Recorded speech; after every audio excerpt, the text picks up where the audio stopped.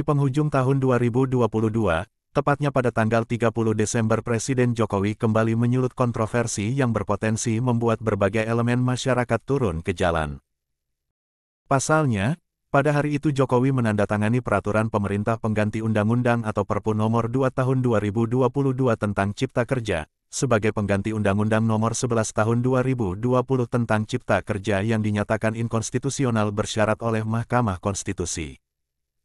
Terbitnya Perpu itu disampaikan Menko Perekonomian Airlangga Hartarto pada Jumat tanggal 30 Desember tahun 2022, saat memberikan keterangan kepada wartawan di kantor Presiden, Jakarta. Dan hari ini telah diterbitkan Perpu nomor 2 tahun 2022 dan tertanggal 30 Desember 2022. Pertimbangannya adalah pertama, kebutuhan mendesak.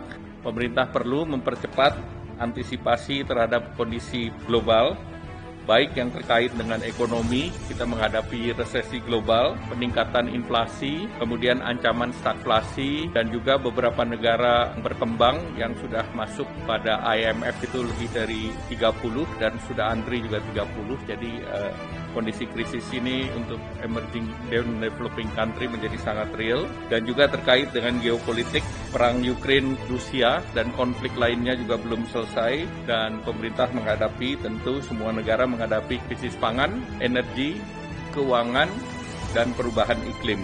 Putusan MK terkait dengan Undang-Undang Cipta Kerja ini sangat mempengaruhi perilaku dunia usaha, baik di dalam maupun di luar negeri, sehingga tentunya dengan keluarnya Perpu diharapkan kepastian hukum bisa terisi. Namun, penerbitan Perpu itu langsung menuai komentar negatif, termasuk dari anggota Komisi 3 DPR Beni Kabur Harman dan Direktur Eksekutif Political Economy and Policy Studies Antoni Budiawan. Langkah Presiden terbitkan Perpu Ciptaker merupakan constitutional hazard. Presiden memang berwenang membuat Perpu namun bukan peraturan untuk mengganti konstitusi yang demi sumpahnya harus dia taati. Berbahaya untuk kehidupan negara jika Perpu digunakan untuk mengubah konstitusi, kata Beni melalui akun Twitternya. Sementara Antoni Budiawan mengatakan kalau kebijakan Jokowi menerbitkan Perpu Cipta Kerja terindikasi melanggar konstitusi, karena Perpu hanya bisa ditetapkan kalau ada kegentingan memaksa. Perang Rusia dan Ukraina jelas bukan kepentingan memaksa. Alasan ini mengada-ada, terkesan mau melangkahi wewenang DPR, menjadi otoriter, katanya.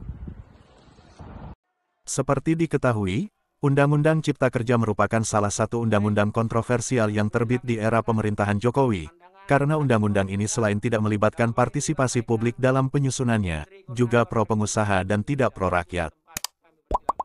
Sejak undang-undang itu belum disahkan DPR pada tanggal 5 Oktober tahun 2020, berbagai elemen masyarakat, terutama buruh dan mahasiswa, telah turun ke jalan untuk menolaknya.